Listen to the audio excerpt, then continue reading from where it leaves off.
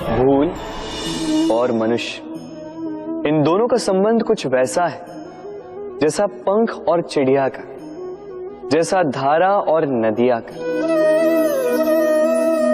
यदि भूल मनुष्य के स्वभाव का इतना महत्वपूर्ण अंग है तो आप सोचिए, इस पर लज्जा क्यों? इस पर लज्जा करना ठीक है ही नहीं। वैसे देखा जाए तो भूल हमें स्वयं को और श्रेष्ठ बनाने का अवसर देती है, पहले से अच्छा प्रदर्शन करने की प्रेरणा देती है। अब कदाचित आप में से कुछ इस बात से सहमत नहीं हो, क्योंकि बहुतों की दृष्टि में भूल दोष को जन्म देती है, दोष अपराध को, और अपराध के लिए क्षमा नहीं, दंड मिलना चाहिए। किंतु क्या आपने कभी सोचा है कि ऐसा क्यों होता है? क्या कारण है इसका? इसका कारण है भूल स्वीकार करने से बचना। यदि आप कोई भूल करोगे और उसे स्वीकारोगे नहीं, तो वो भूल दोष में बदल जाएगी और वो दोष अपराध। तो साहस रखिए, अपनी भूल को स्वीकार करना अपनी भूल को सुधारने की दिशा में सबसे पहला कदम होता है। और स्मरण रखिएगा, यदि कुछ अपराध है तो वो है समय पे अपनी भूल ना स्वीकार। राधे राधे। इतना सुंदर पुस्तक है, सुंदर आवरण है, सजाए हुए पृष्ठ है,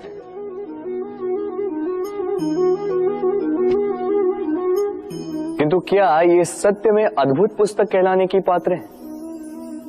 क्या इसमें जो लिखा है वो सत्य है, प्रेरणादायी है, हमारे लिए मूल्यवान है? कैसे निश्चय लिया जाए इस बात का? अब आप सोचेंगे कि सीधी सी बात है, आवरण को देख के पुस्तक की गुणवत्ता कैसे जानी जा सकती? इसके लिए तो आपको उसे पढ़ना होगा, उसे समझना होगा, समय देना होगा, है ना? बिल्कुल उचित सोच रहे हैं आप। बस आश्चर्य की बात यह है कि पुस्तक के विषय में आप ये सारी बातें जानते हैं, किंतु किसी व्यक्ति के विषय में आप ये सारी बातें मन में नहीं लाते। व्यक्ति का मूल्यांकन भी उसके वस्त्रों से, उसके शारीरिक रूप से या उसकी सुंदरता से नहीं किया जा सकता। उसके लिए आपको उस व्यक्ति को पढ़ना होगा, उसे समझना होगा, उसे समय देना होगा। पर हम क्या करते हैं? पहनावे, रंग, सुंदरता को देखकर आकर्षित हो जाते हैं, उसे प्रेम समझ बैठते हैं, और आए दिन कोई ना कोई ये कहते सुनाई देता है कि उसकी प्रेम कहानी सफल नहीं हो पाई, उसे छल मिला। किंतु इसमें दोष किसी और का नहीं, स्वयं आपका है। आपने उस व्यक्ति को समय नहीं दिया, आपने उस व्यक्ति के विचार नहीं परखे। प्रेम 2 क्षण में बनने वाला पकवान नहीं है, इसका स्वाद चखने के लिए आपको जीवन भर का समय देना पड़ेगा। तो समय दीजिए, एक दूसरे के रूप से नहीं, आत्मा से जुड़ी, निश्चित ही मन प्रसन्नता से कह उठेगा, राधे राधे। मनुष्य की सोच संसार का सबसे गहन या कहो सबसे कठिन भाव है। कब क्या होने के पश्चात ये मन क्या सोच बैठेगा, ये कहना असंभव है। और यही सोच कई बार हमारे मन में हीन की भावना ले आती है। हम सदा हमसे ऊपर की श्रेणी के व्यक्तियों को देखते हैं, उनके जीवन का विश्लेषण करते हैं, और फिर स्वयं को हीन समझ लेते हैं। इसके पास इतना धन है, इसके पास कितना बल है, और मेरे पास कुछ भी नहीं। मैं कितना हीन व्यक्ति हूं, संसार के लिए मैं कुछ भी नहीं। होता है ना ऐसा?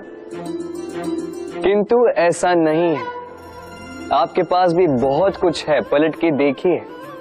किसी भूखे व्यक्ति को केवल एक रोटी मिल जाए तो भले ही दूसरों के लिए वो अन्न का दाना होगा, किंतु उसके लिए वो भोज से कम नहीं।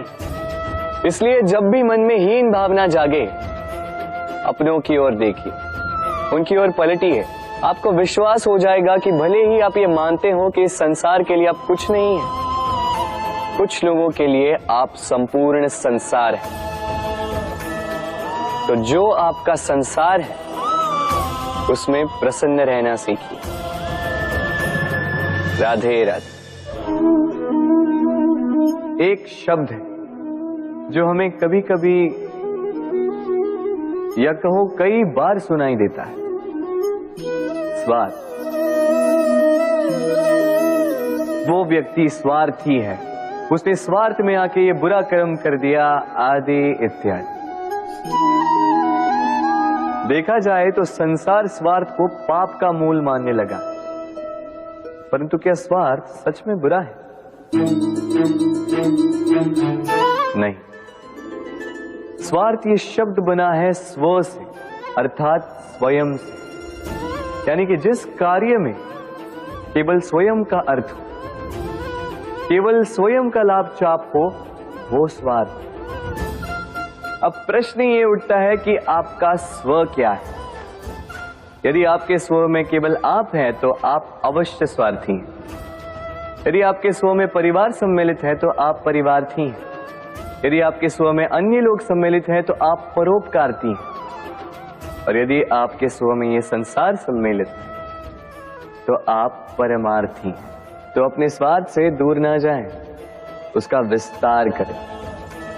अपने अस्तित्व का विस्तार करोगे तो ये स्वार्थ स्वयं ही परमार्थ में बदल जाएगा।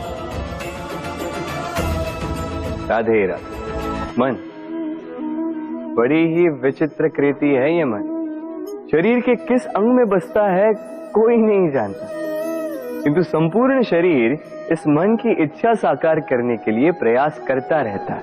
अब यदि मन कुछ खाने का करे तो व्यक्ति उसकी वनो उपवनों की इच्छा साकार करने का माध्यम ढूंढता रहता है।